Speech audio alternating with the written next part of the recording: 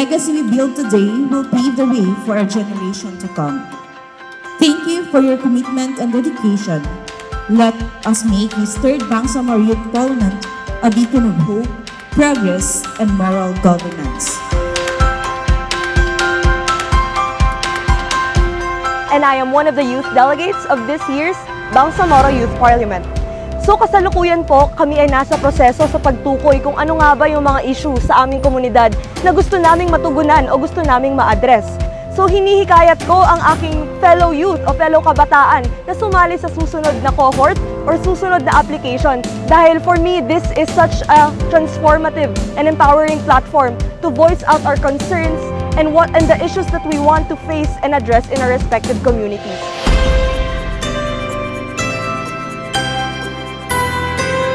It truly is an honor to be here today, and UNICEF is proud to be supporting the Bangsamoro Youth Parliament because you, all of you who are here in this room, you are the future of this beautiful region.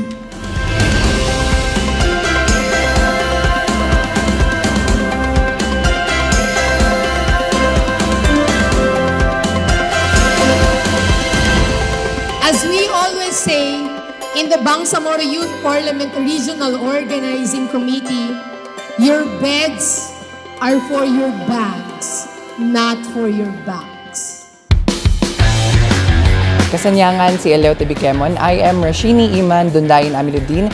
This is not just a convention of leaders, of young leaders, but also this is also an arena wherein the platforms and advocacies of youth with different advocacies that we must sustain.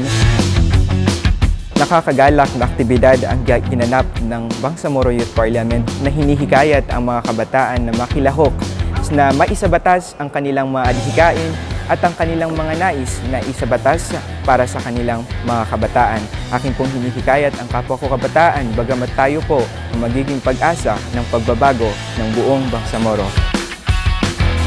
Ang Bangsamoro Youth Parliament po ay yearly po ito na program ng BYC and napakalaking opportunity po ito para sa katulad kong kabataan. BYP is a simulation of what our members of the Parliament are doing in the Bangsamoro Transition Authority. So our very goal here is to train, of course, 80 young members of the Parliament to how to make policies, how to lobby their policies, and of course to consult them on the issues and concerns affecting the young people in their communities.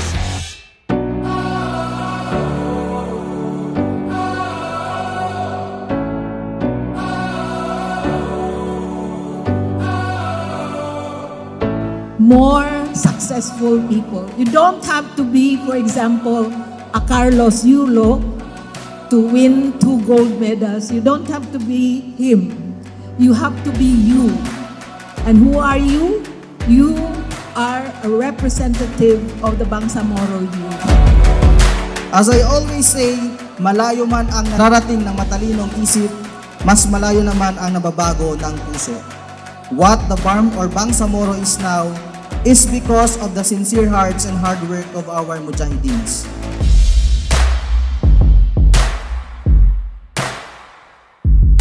Kaya natin gustong i-discuss yung rules of procedure because ang pinaka-purpose, we should ensure yung order and efficiency ng Bangsamoro Youth Parliament. At least third Bangsamoro Youth Parliament. Without the rules of procedure, wala tayong guidance. Walang rules. Anong nangyayari pag walang rules? Walang order.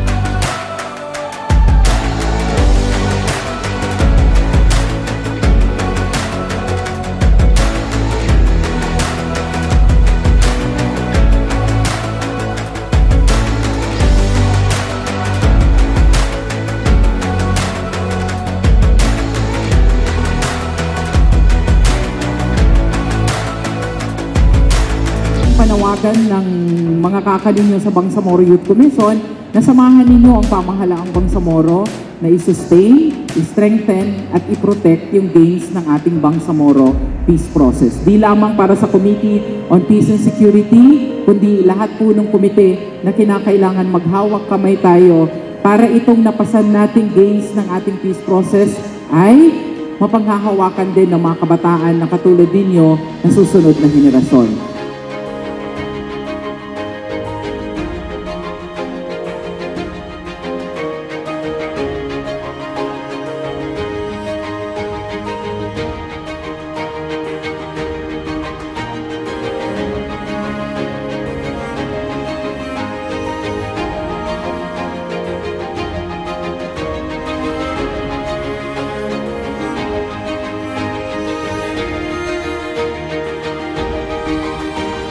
Pang 5-day lang na programa yung ginawa niyong bill and resolution, hindi ho malayo ang mararating ng bill na yun. So in other words, I really need, I say this to myself and I share it with you, we need to be consistent. And in order for you to become consistent, you need commitment to your work.